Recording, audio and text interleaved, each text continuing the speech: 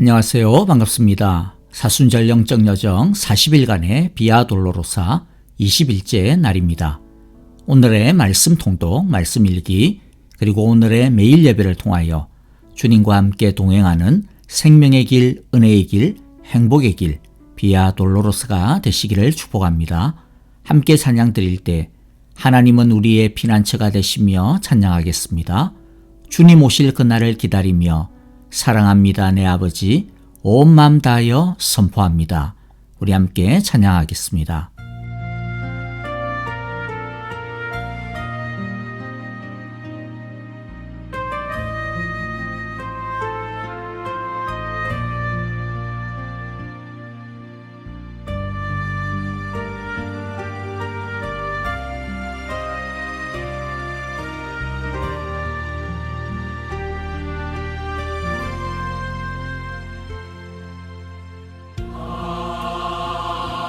하나님은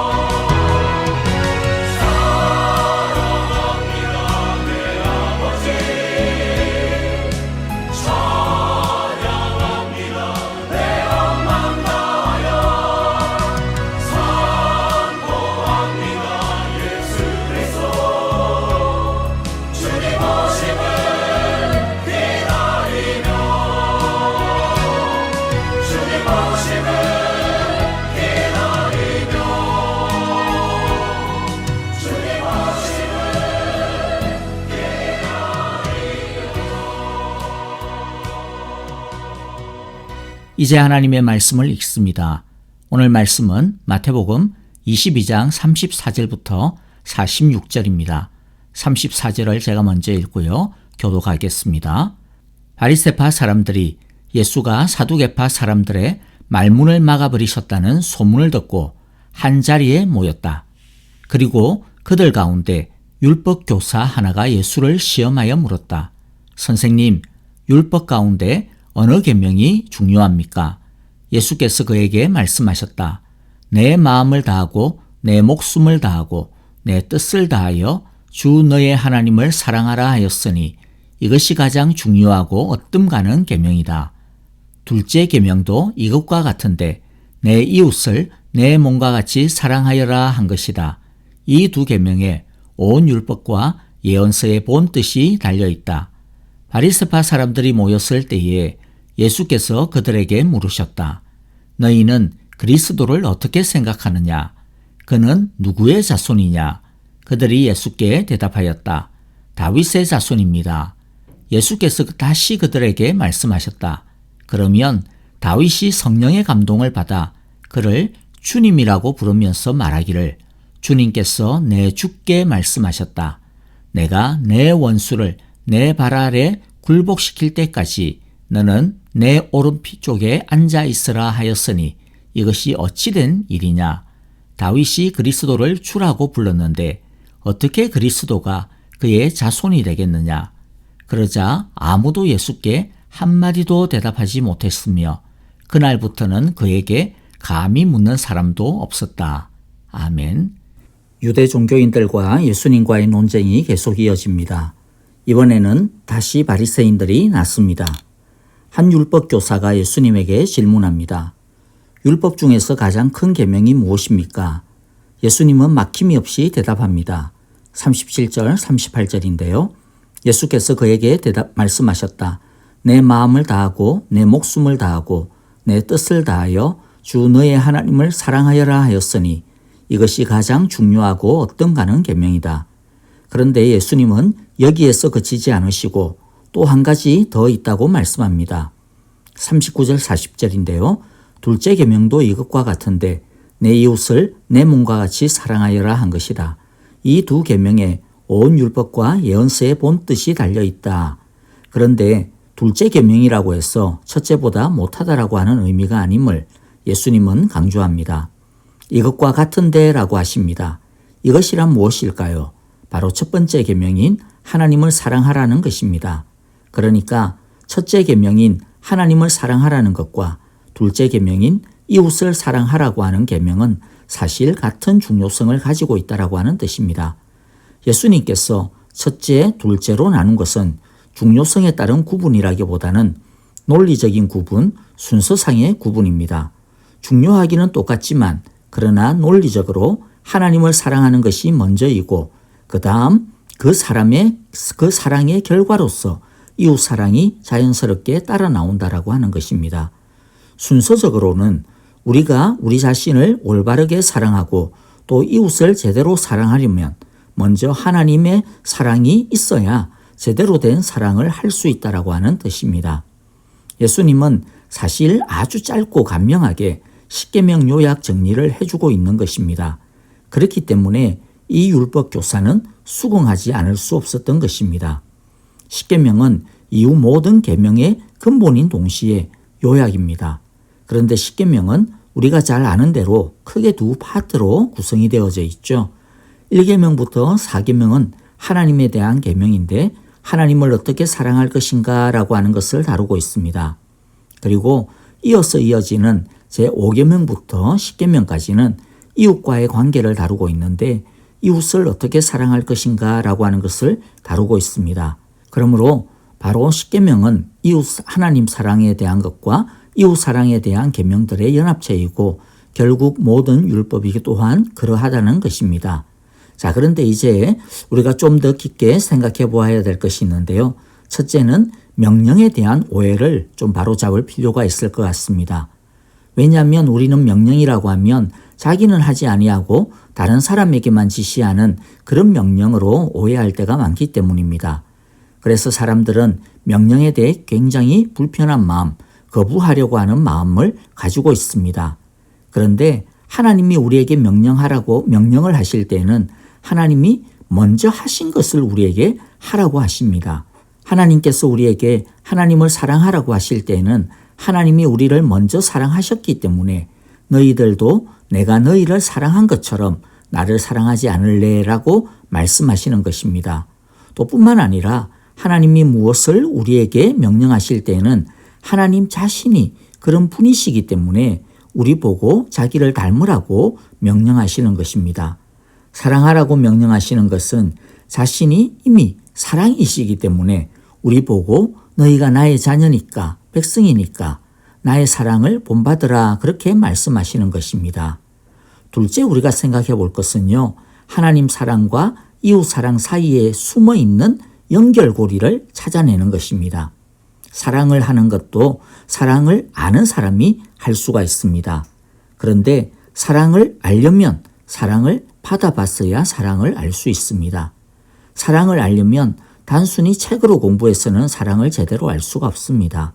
사랑을 경험해 봐야 비로소 제대로 알 수 있습니다. 그러므로 우리가 하나님을 사랑하려면 하나님을 사랑하기 전에 사실 먼저 전제되는 게 앞부분에 있습니다. 그것은 하나님을 사랑할 수 있는 사람이 먼저 되어야 한다라는 것이죠. 하나님을 사랑하는 것이 무엇인지를 알고 또 하나님을 사랑할 만한 사랑을 먼저 아는 사람, 그런 사랑을 먼저 경험해 보았어야 한다라는 것입니다. 그렇지 않고서는 하나님을 제대로 사랑할 수가 없습니다. 그러니까 하나님은 너희가 나를 사랑해라 라고 하실 때 무엇을 먼저 말씀하시는 겁니까?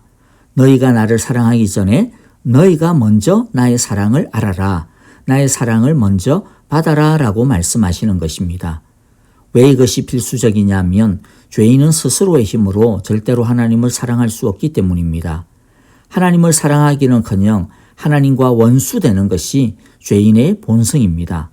그래서 하나님의 낯을 피하고 하나님을 향해 손가락질하고 하나님을 향해 얼굴을 울그락불그락 붉히고 또 그런 존재가 그런 관계가 바로 죄인과 하나님 사이의 관계입니다.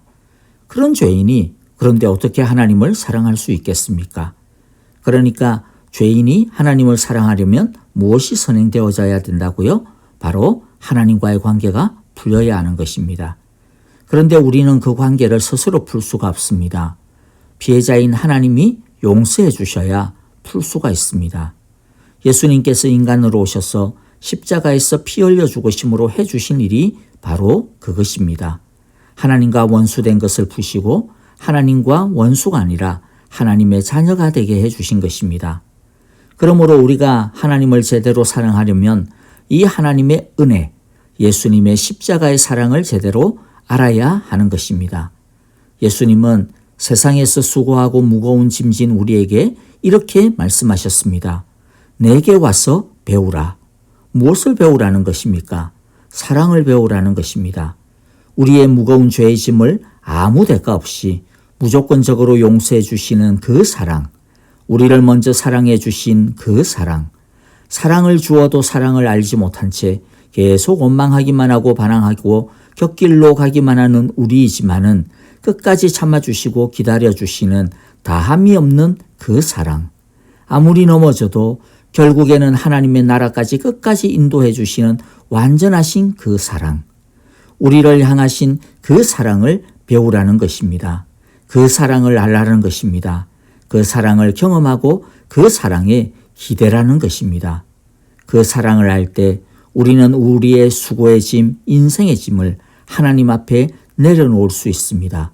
그리고 하나님을 진정으로 사랑할 수 있습니다.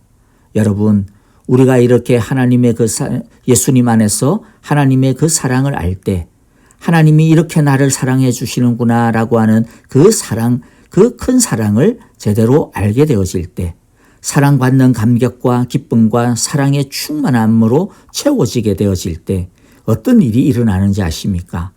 하나님을 사랑하는 것이 힘이 안 들기 시작합니다.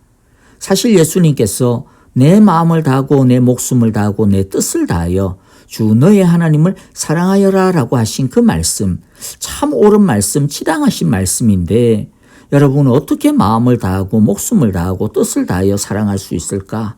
야, 도무지 엄두가 안 난다. 어떻게 하나님의 그 수준에 그 기준에 부합할 수 있을까? 하고 싶어도 안 되는 것 같은데 그래서 사랑이 부담이 될 때가 혹시 없지 않았습니까? 그런데 이게 부담이 안 될 수 있는 비법이 있는 겁니다.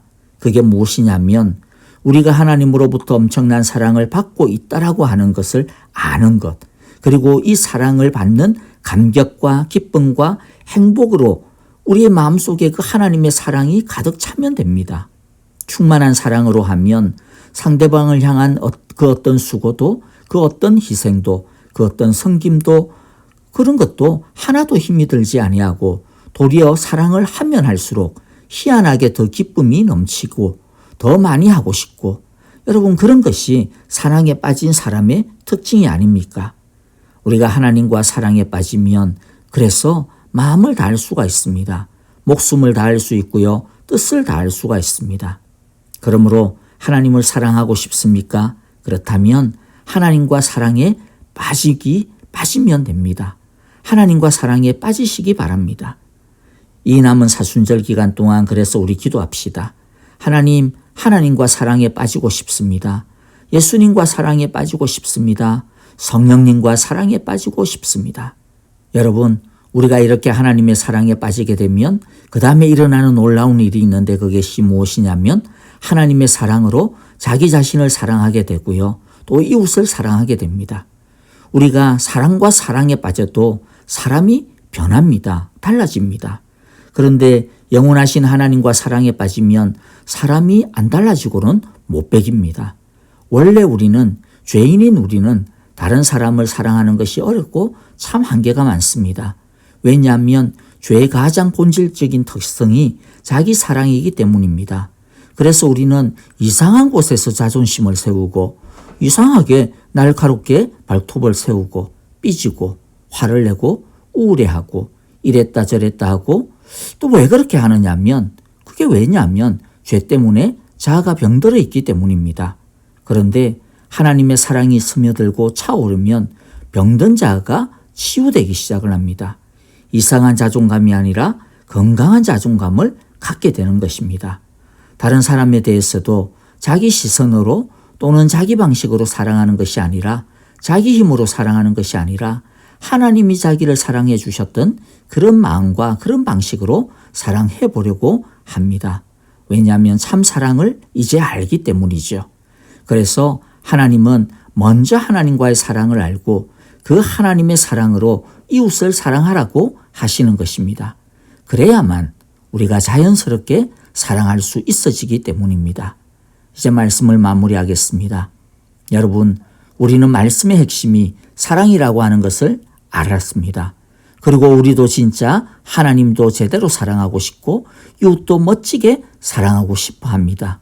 그러나 우리 힘으로는 할 수 없습니다. 우리 힘으로 하려고 하면 얼마 못 갔어. 자꾸만 우리 성질이 일어나게 되고요. 힘을 다하여 목숨을 다하여 뜻을 다하여 하고 싶은데 우리 힘으로 하려고 하면 사랑이 아니라 이제 책임이 되고 의무가 되고 숙제가 되고 맙니다. 사랑은 우리에게 속한 것이 아닙니다. 사랑은 하나님께 속한 것입니다.